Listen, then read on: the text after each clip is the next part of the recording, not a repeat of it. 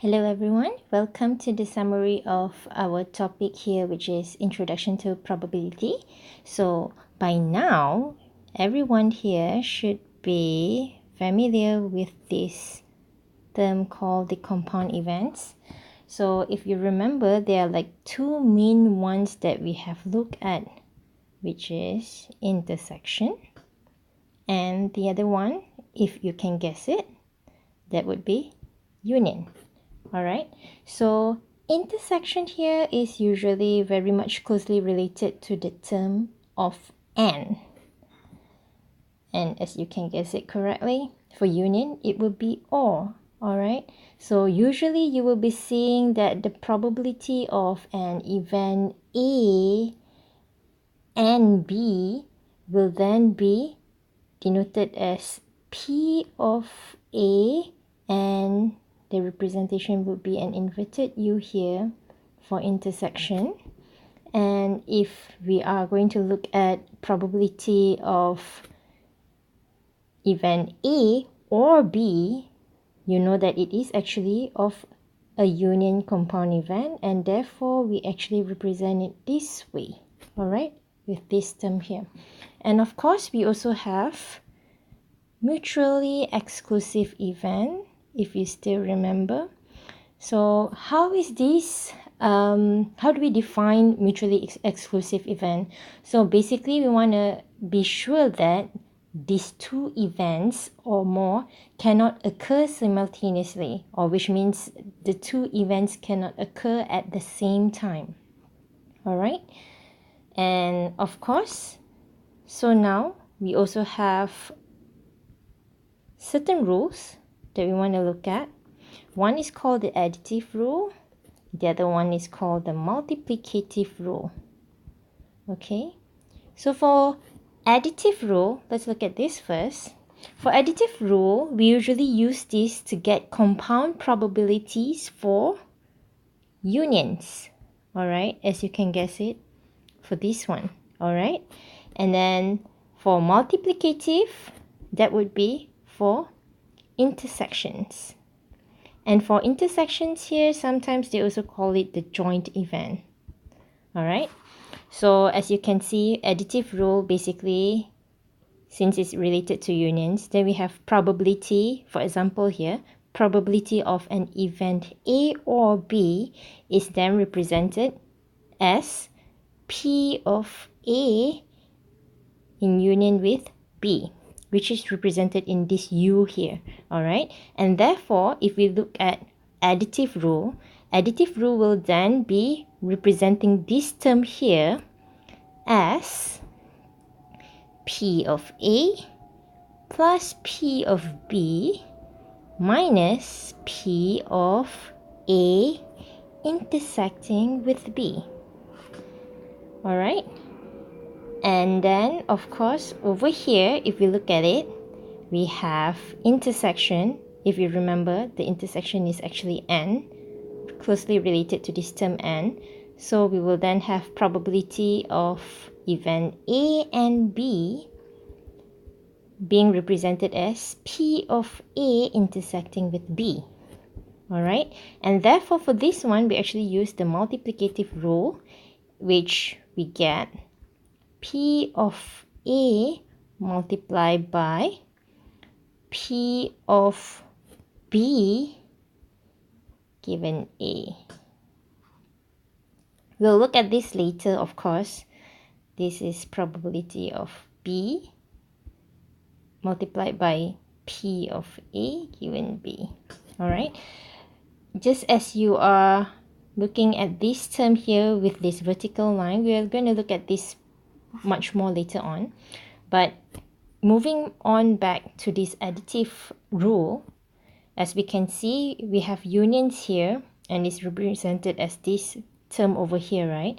And it is actually represented differently if it is a mutually exclusive event. Alright, if it's a mutually exclusive event, if you remember correctly, your mutually exclusive event means that the two events A and B, cannot occur simultaneously, and therefore if you have mutually exclusive events for A and B, your P of A or B then will be equivalent to your P of A of union with B, and therefore this will be of P of A plus P of B. So now when you look at these two terms here, do you think you can actually draw a Venn diagram out of it and see the difference between it? So if you look at this part here earlier, for this one, all right, let's look at this one first. So if you look at this one, if I am going to draw it out in a Venn diagram, how does it look like? I might have P of A, let's call this an A, and then I might have P of B. All right, so sorry for this thing here. So it's P of A and P of B. All right, and in union, basically, according to additive rule, so basically you're getting the P of this A, so this whole circle here, and the P of B, which is the whole circle as well. All right, and of course, if you notice that there is this tiny part here, right, which is actually shaded. Okay, so for this tiny little part here that you see, this is actually the P of A intersecting with B. So therefore, according to this union here, we are actually adding this P of A and P of B, and therefore we need to actually subtract this intersection so that we can actually get the probability of the union, or else it will be then repeated because this part or this portion here has been taken into account earlier. All right, whereas for mutually exclusive events, how is it different from this one here? All right, you can see that this is event A and this is event B. All right, so notice that for event A and event B, those two do not intersect at all, because according to the definition of mutually exclusive events, these are actually two separate events because they could not occur at the same time or simultaneously. All right, an example will just basically be if you toss a coin, right, you can either get a head or tail, but you cannot get both head and tail at the same time. So that's basically a simple example as how we can relate to this. So please be careful of this term here. All right, and the different times when we use this would be when well, of course, depending on the situation. All right, so if it's a mutually exclusive event, you know that the difference between these two terms is that you do not have to minus the intersecting part, which is this one. All right, so let's move on to our multiplicative rule. I think this one is pretty much self-explanatory. All right, but of course we have this vertical stroke here. All right, and that is actually falling under conditional probability, which we are going to look at later. All right, but of course over here, besides this multiplicative rule that you see, I just want to quickly mention for independent event.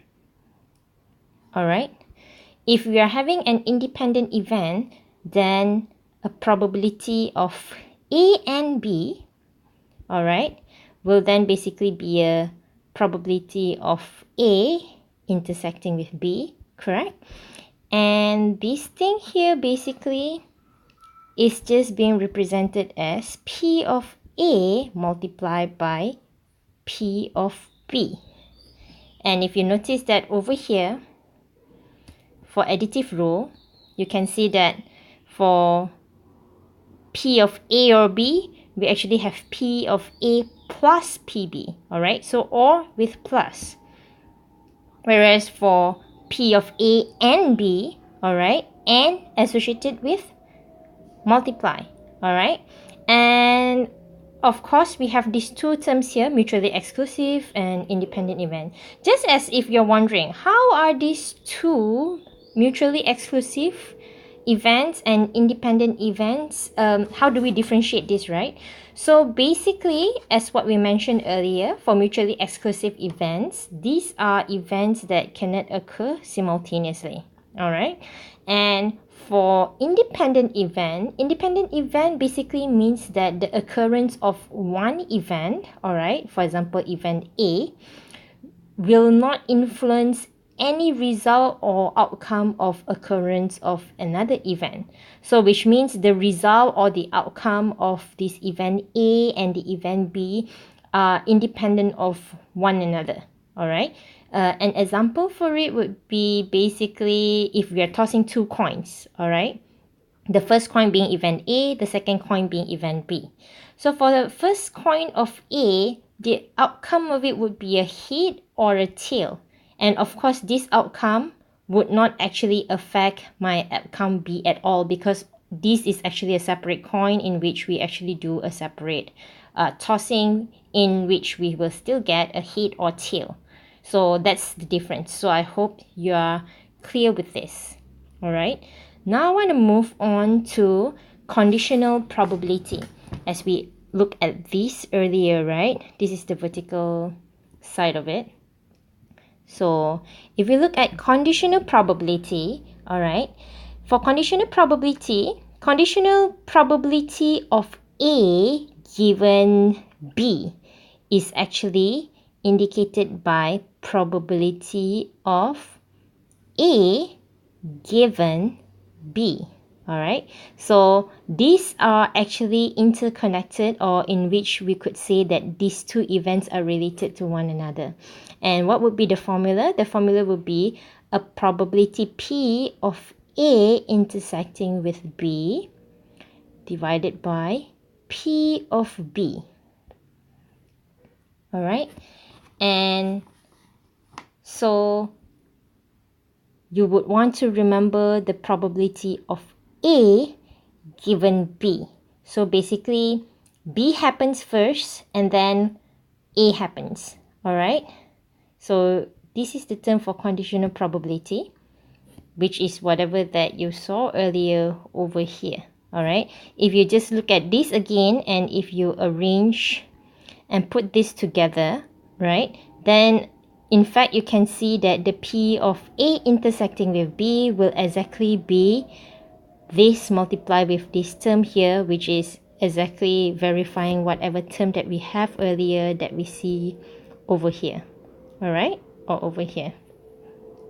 So one key point for us to remember when it comes to conditional probability, that would be your notation, which is probability of A given B.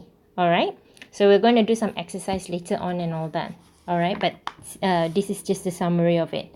And the last part of probability that we might want to know of is permutation and combination. All right, so again, it really depends.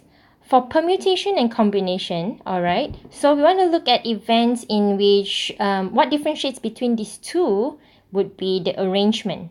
If you're looking at certain event and the outcome is something of we do not want to take into account the arrangement.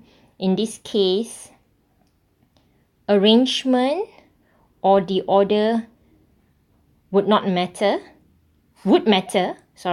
So that would be permutation. All right, if you do not care, so for example, let me just say that we have a sample space of S, all right, in which we have A, B, and C. So these are the samples in what we have here. And if I have C, B, A, all right, you can see that these are same three variables, but at the same time, it's of different order. So this is what we consider as permutation 1, and this is the second permutation. All right, so that's how we differentiate permutation here. Whereas for combination here, we don't actually really care about the order. So it doesn't matter whether it's A, B, C, C, A, B, or whatnot.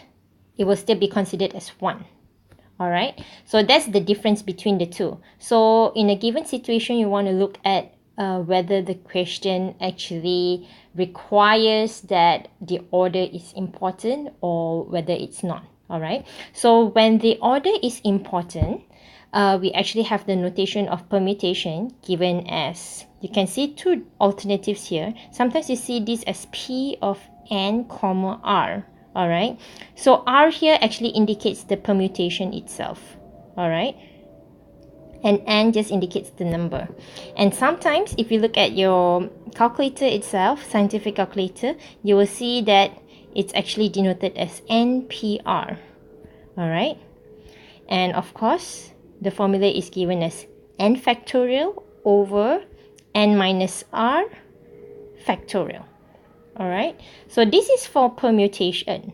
And for combination, right, for combination where arrangement does not matter, then we have a C of n comma r, or in other words, we can also have NCR as what you have seen in scientific calculator, and the formula for it would be n factorial over r factorial n minus r factorial.